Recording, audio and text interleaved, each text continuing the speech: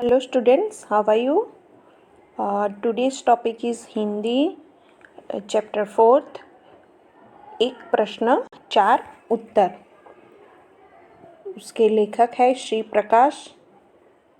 जन्म सन 1819 ईस्वी सन एंड निधन सन 1970 ईस्वी सन। तो श्री प्रकाश हिंदी के जाने माने साहित्यकार है।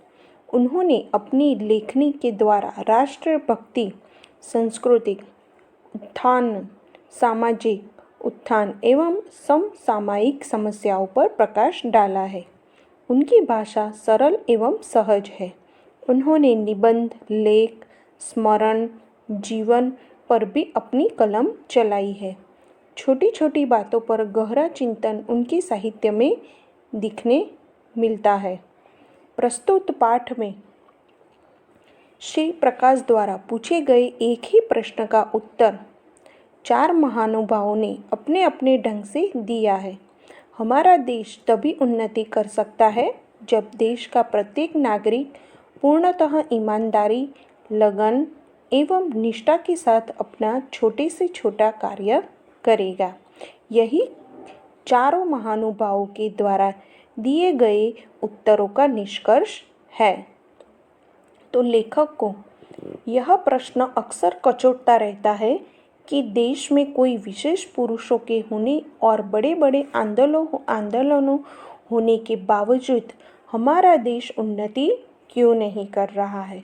अवसर आने पर वे यह प्रश्न अपने उन विदेशी मित्रों से भी पूछने से नहीं झिकझिकाते जिन्हें यहाँ रहते हुए देश के बारे में अच्छी जानकारी होती है। प्रस्तुत पाठ में यह सवाल उन्होंने अपने चार विदेशी मित्रों से पूछे हैं। चारों महानुभावों ने इस प्रश्न का उत्तर अपने अपने ढंग से दिया है।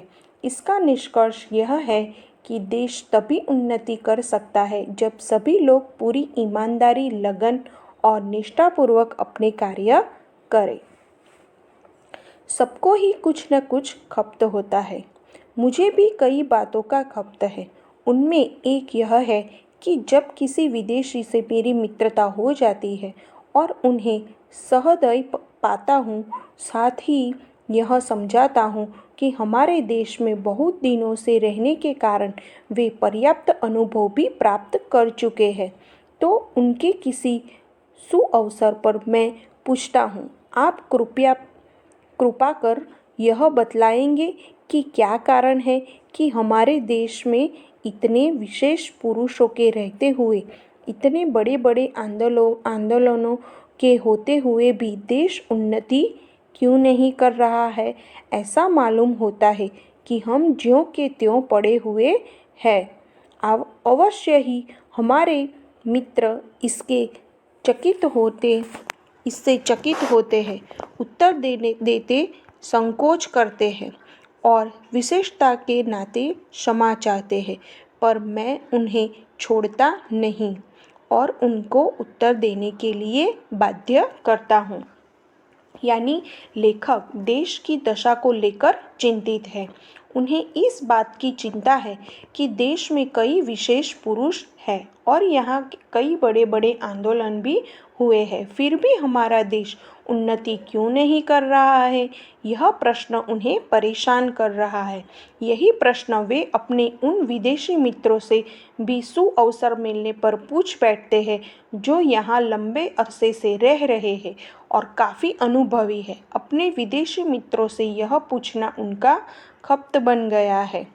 तो आगे है खपत यानी धुन लगना, यानी एक ही बात पर मन अटक जाना कि मुझे ये करना है, उसे कहते हैं खपत। मेरे पहले मित्र एक वृद्ध ईसाई पादरी है।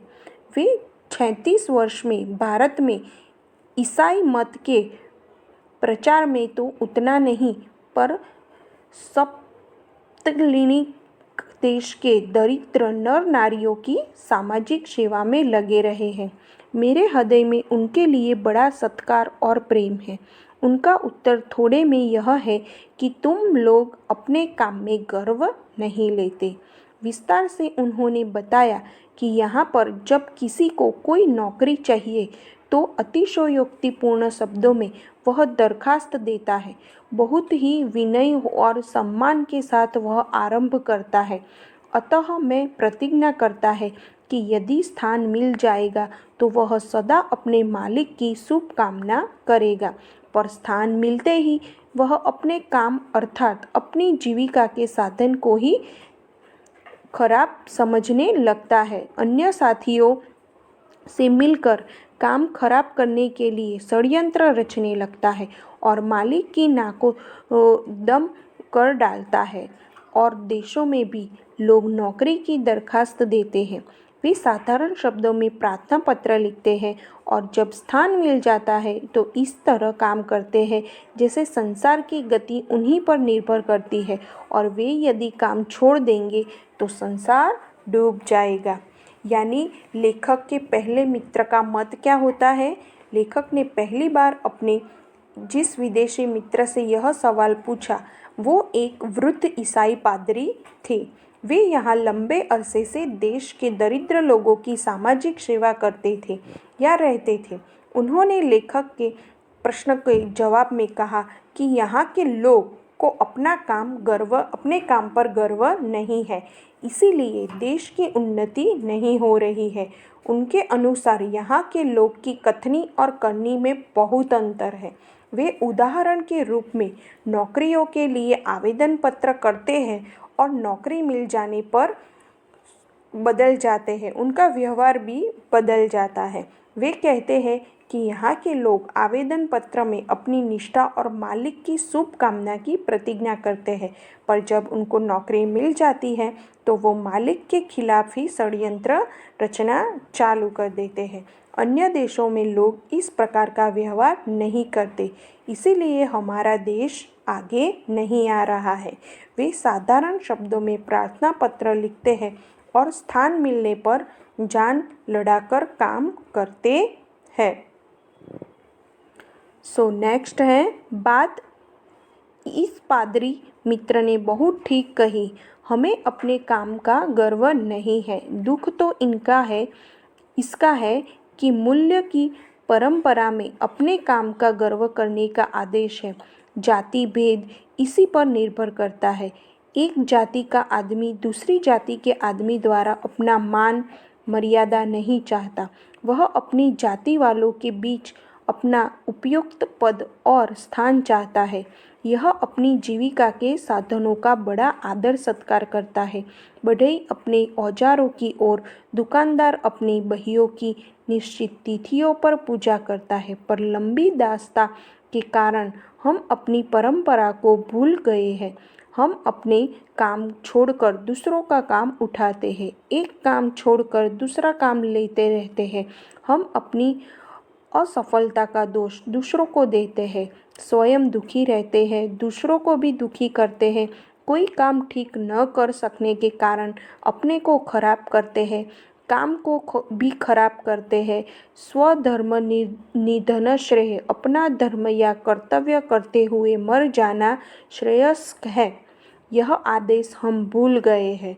हम अपने काम में गर्व नहीं लेते। तो क्या कहते हैं कि जो बात ईसाई पादरी ने कही वो ठीक है।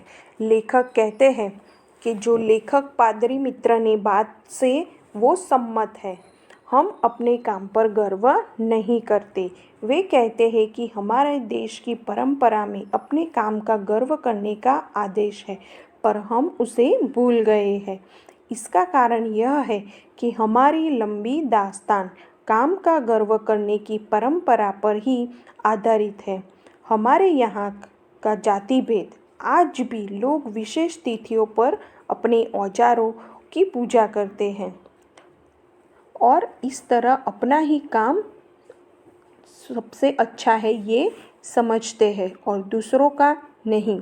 तो ये कारण हो सकता है हमारे देश आगे नहीं बढ़ने का। So next paragraph.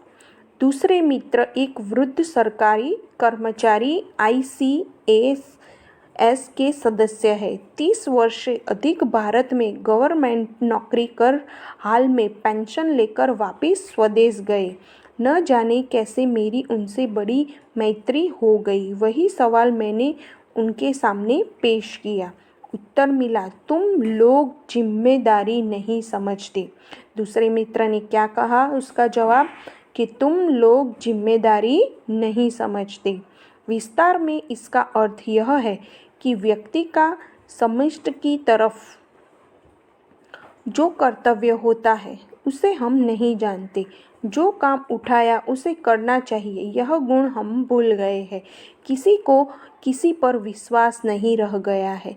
खाने की दावत हो तो न मेजबान को यह विश्वास कि मेहमान समय से आएगा, न मेहमान को विश्वास कि समय पर जाने से खाना मिल जाएगा, न गृहस्थ को विश्वास कि धोबी और दर्जी वायदे पर कपड़े दे जाएंगे, न धोबी और दर्जी को विश्वास है कि हमें समय पे दाम मिल जाएगा। रेलगाड़ी पर चढ़ने वालों की यह विश्वास नहीं कि पहले से बैठे मुसाफिर उन्हें स्थान देंगे। पहले से बैठने वालों को यह विश्वास नहीं कि नया मुसाफिर धीरे से आकर उचित स्थान लेगा और व्यर्थ का शोर न मचाएगा, न और प्रकार से तंग करेगा। सड़क पर चलने वालों का यह विश्वास नहीं कि आगे चलने वाला अपना छाता इस तरह से खोलेगा कि उसकी नोक से मेरी आंख न फूट जाएगी, या पीछे चलने वाले मुझे व्यर्थ धक्का न देंगे। किसी को किसी पर विश्वास नहीं है कि केले, नारंगी का छिलका या सुई पिन आदि इस तरह वह न छोड़ेंगे जिससे दूसरों को कष्ट न पहुँचे। मांगी चीज ठीक हालत में वापस करेगा, इत्यादि इत्यादि। हम केवल अपनी तात्कालिक सुविधा देखते हैं, सारे संसार को अपने आराम के लिए बना समझते हैं, दूसरों के प्रति अपने कर्तव्यों का अनुभव